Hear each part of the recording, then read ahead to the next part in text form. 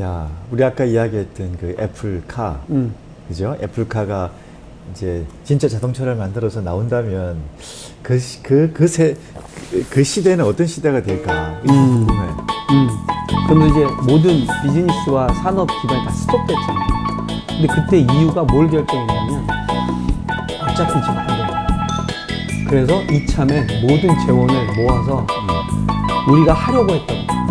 말로는 맨날 포스트 코로나 그러는데 코로나가 한편으로 우리한테 기여한 바가 꽤 있어. 그렇죠? 그런 것 같아요. 시대, 우리가 막연히 그 예상하고 기대했던 시대를 코로나가 그냥 확 땡겨줬어. 그냥 현실이 되게 만들었어요.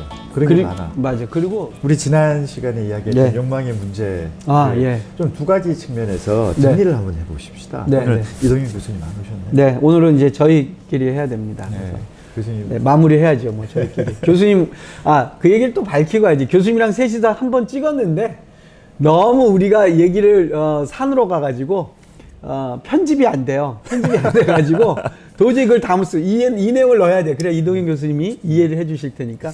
그런데 오늘 마침 이제 다시 촬영하는 날인데 이동현 교수님 아직 안 오시고 있는데 안 오실 것 같아. 그래서 지난번에 다루었던 그 인간의 욕망을 우리가 거룩한 욕망, 또 하나님을 향한 갈망, 뭐 이런 얘기하다 마무리돼서 거룩한 욕망에 대한 이야기와 그것을 how to 그렇죠. 어떻게의 문제까지 우리가 오늘 마무리를 저와 좀 오동수 박사님이 해야 됩니다. 그래서 카메라를 켜고 앉았습니다. 네, 한번 말씀해 주시죠.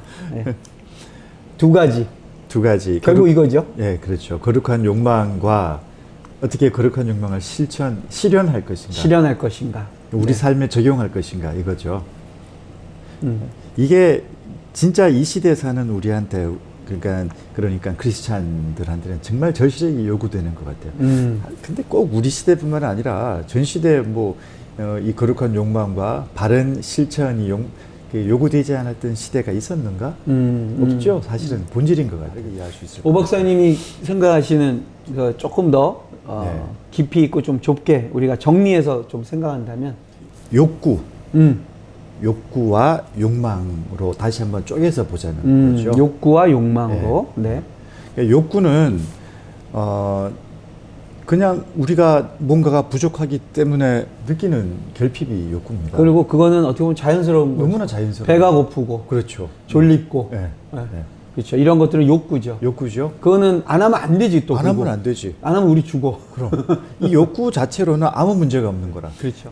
욕구가 욕망이 되는 과정이 분명히 있다는 거예요. 그러니까 욕구가 채워졌는데도 그것을 계속해서 배고파하는 거죠. 그렇죠. 그러니까 배가 충분히 먹었어. 근데도 계속 먹고 싶어 하는 거. 왜 그런가 하는 거야. 왜? 그렇죠. 그러니까 나의 어떤 기본적 필요가 채워졌는데 우리가 보통 제가 이제 그 성경적 재정 뭐 이런 훈련에서는 그거를 니드와 원트로 이렇게 설명해요. 그러니까 니드가 채워졌으면 된 거야. 근데 원트가 있어. 우리는 계속해서 그걸 원하는 거지. 인정받고 싶은 것. 아. 칭찬받고 싶은 것.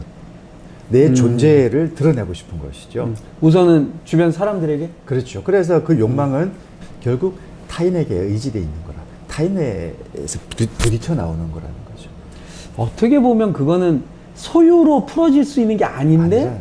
소유함으로 인정받고 싶어하는 생각. 그 인정받고 싶어하는 욕망, 이게 이제 과도해지면 남을 지배하고 정복하고 이 정말 끔찍한 일로 발전이 될 것이고 그러네요. 그렇지 않은 정도, 그러니까 그 정도까지 가지 않더라도 끊임없이 우리 안에서 갈등으로 존재한다는 거잖아요. 그 욕망이. 그게 그러면 결국 우리가 정신적인 부분이나 감성이나 어떠한 내면의 문제로 보면 박사님 말씀하신 것처럼 우리가 누구로부터 인정받으면 충분히 인정받으면 그런 욕망을 그렇게 추구할 이유는 사실 없잖아요. 근데 철학자들은 네. 그게 안 된다고 이야기를 해요. 그게 본질적으로 우리는 안 된다. 안 된다. 무한히 무절제하고 무한한 그 인정의 욕구가 우리를 지배하게 될 거라는 이야기인데. 근데 대부분 사실 대부분 사람들은 그게 어느 시점 가면 이제 깨닫지 않아요. 이게 참 헛되다. 솔로몬의 고백처럼 그렇게 욕망을 따라 살고 살다가 어느 순간에는 이거는 영원히 채울 수 없구나 라는 것을 깨달을 때도 오지 않을까요? 그 깨달음, 네.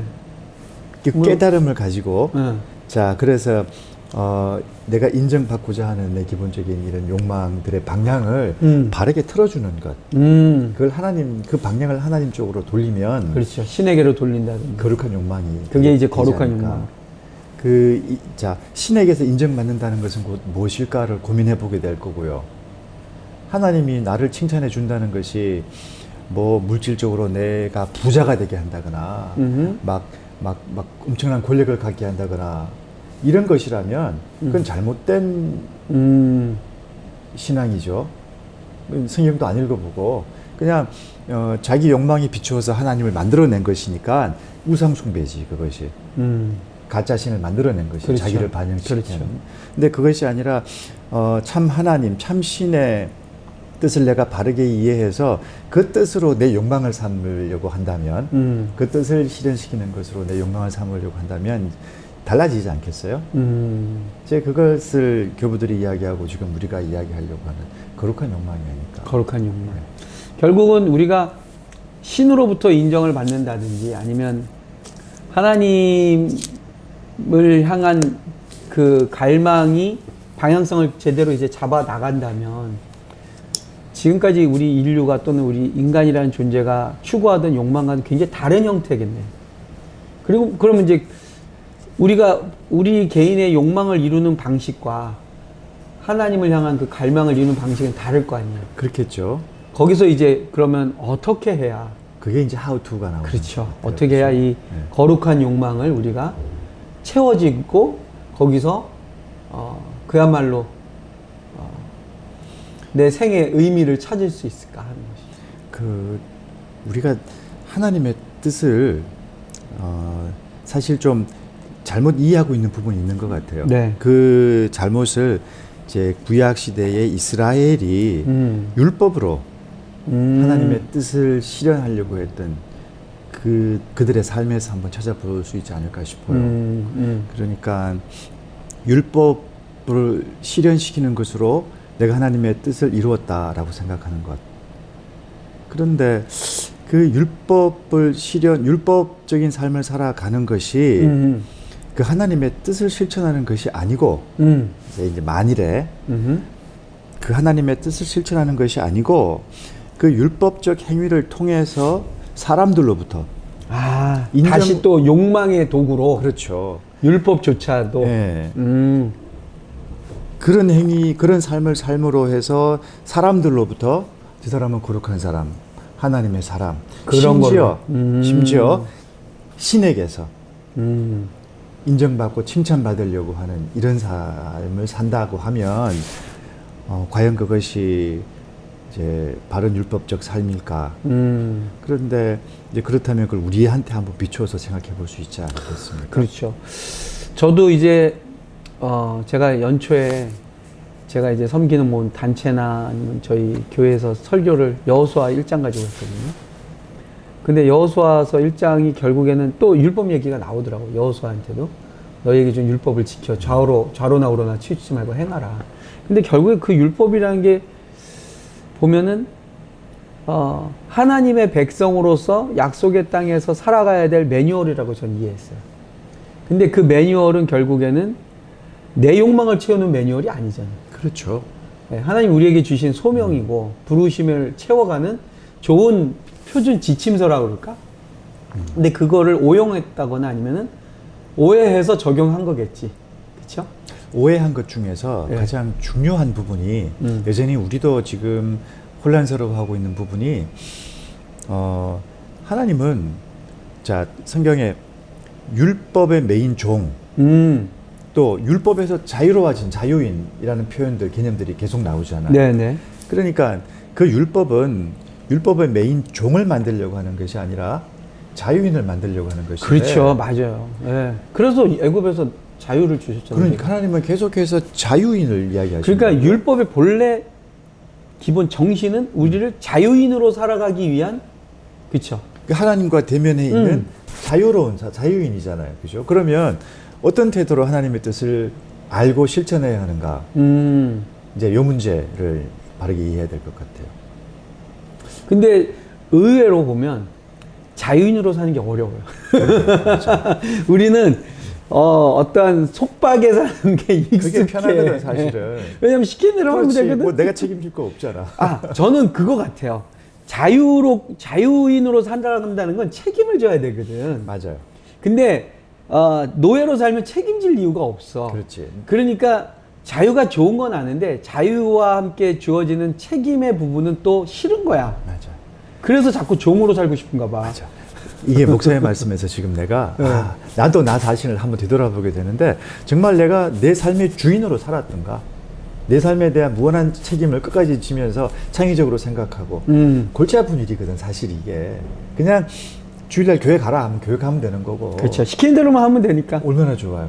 그런데 왜 꼭 주일날 교회 가야 되지? 라고 고민하면서부터 그럼 어떻게 해야 될까를 내가 찾아내고 발견해내고 그것이 과연 옳은 것인가를 하나님 앞에서 씨름한다는 것은 골치 아픈 일이에요 사실. 맞아요. 근데 그걸 사실은 하나님은 율법을 통해서 배우고 경험하고 체득해 나가라고 주신 거잖아요. 그러니까 안 하면 안 되잖아요. 그렇게 살아야 되고 어떻게 보면 우리가 진정한 자유인으로서의 삶을 그래서 배워 나가야 되잖아요. 그러니까 그 에덴 동산에서 그 선악을 알게 하는 나무의 열매를 먹을 수도 있고 안 먹을 수 있는 기회를 주신 거 같아요. 그렇죠. 그죠. 어떻게 보면 완전한 자유. 근데 그 자유에 따르는 책임을 감당해 나갈 수 있는. 그러면 거룩한 욕망으로 살아갈 때 우리의 기본적인 태도는 일단은 네. 내가 그 모든 행위의 주체가 되어야 한다. 책임과 또 그 결과까지도. 결과와 그리고 무엇이 옳은가를 판단하는 주체로서의 내가 판단해야 된다는 거죠. 누가 이렇게 하라고 해서 맹목적으로 따라가는 삶.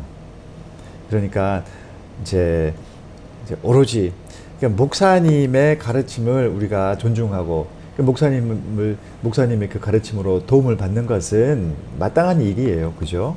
그런데 나는 빠지고 그 말씀 해석에 대한 그 책임을 나는 지지 않아. 또 말씀 해석에 그 귀찮은 그 과정을 나는 안 해. 그렇죠. 나는 가만히 있을 테니까. 누가 다 만들어준 거 먹으면 된다고 생각하죠. 그런데 교회도 못 가고 모이지도 못하고. 그러니까 내가 진짜 그리스도인이 맞나? 이런 혼란스러움이 분명히 생길 거예요. 그죠? 자, 그렇다면 이런 상황에서 나를 어떻게 훈련시키고 잘 다듬어서 진짜 그리스도인이 되게 할 것인가가 우리의 과제. 거룩한 욕망을 가진 존재로서.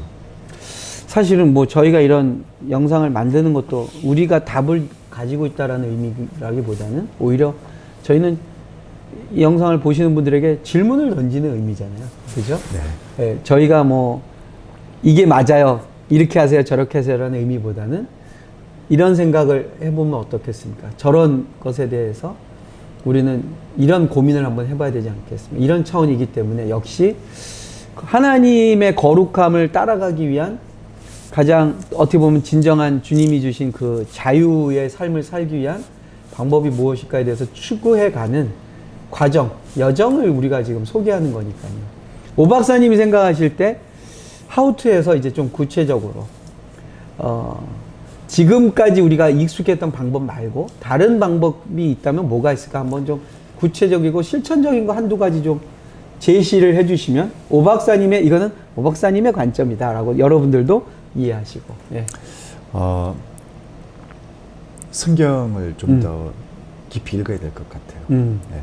누가 해석한 거 말고 네. 내가 누가 해석한 것은 그리고 또 누가 해석해 줄 수 있는 사람들은 도와주고. 그렇죠. 네, 우린 도와주고. 그 해석의 주체는 내가 되어야 하겠다. 그래서 내 삶에 적용을 해서 또 내 삶 속에서 하나님의 뜻이 무엇인가를 찾아내려고 하는 노력들. 네, 그렇죠. 그래서 나는 당장에는 이 일이 가장 중요하지 않을까 싶습니다. 저는 이제 오 박사님이 말씀과 또 본인이 읽어내는 말씀을 읽기. 저는 이제 다른 얘기를 하나 해야 되니까 저는 지난주에 우리 공동체에서 말씀 나누다 그 얘기를 했어요. 기도에 대한 부분에서 사무엘이 3번 왜 여호와께서 부르시잖아요. 그때 엘리가 사무엘한테 뭐라고 하냐면 가서 이렇게 하나님 부르시면 말씀하옵소서 종이 듣겠나이다 라고 말해라 그러잖아요. 그러니까 저는 우리 근데 대부분 기도가 주님 들으십시오 제가 말하겠습니다 그렇죠. 이러거든. 이제부터 제가 말할 테니 주님 들으세요 하고 모든 기도가 사실은 내 얘기야. 그래서 제가 그렇게 그냥 나누었어요. 우리 올해는 주님이 말씀하시고 우린 좀 듣자. 그런 기도를 하자. 듣는 기도. 주님의 음성을 좀 듣는 기도. 내 얘기도 해야 되겠지만 주님의 음성을 좀 듣는 기도가 좀 필요하지 않을까. 덧붙여서 네. 그 주님의 음성을 듣는 기도가 정말 신비한 방식으로 하나님이 말씀해 주실 수도 있고 네. 주시는 경우도 있고 또 대부분의 경우는 내가 성경을 읽는 것 자체가 맞아요. 하나님의 음성을 듣는 일이라는 거. 그래서 저는 정말 말씀을 읽으면서 우리 마음 내면 속으로는 하나님 나에게 말씀해 달라고 제가 이 말씀을 통해서 읽고 듣겠습니다 하는 마음이고, 우리가 또 기도할 때도 기도하다 보면 우리가 그렇게 묵상했던 말씀들이 떠오르면서 우리에게 답을 주실 때가 있잖아요. 그래서 사실은 뭐 우리 교회에서 늘 말하던 건데 말씀과 기도가 맞습니다. 네, 늘 근데- 이야기하고서도 그죠? 새삼스러운 게 이게 우리가 문제가 근데 있는 이게 누가 해석한 거, 또 누가 체험한 거, 그걸 누가 따라가죠. 응답받은 거를 우리가 다시 듣는 그 방식이 아니라 나의 자리에서 나의 현장에서 내가 묵상하고 내가 기도하면서 주님으로부터 듣고 하는 이 방식. 이 간단한 방식이 지금 우리에게는 난 최선이라고 생각을 합니다. 그렇죠. 구체적인 무슨 훈련의 방식 이런 것이 지금 필요한 것이 아니라 가장 본질적인 것으로 다시 돌아가는 것. 네.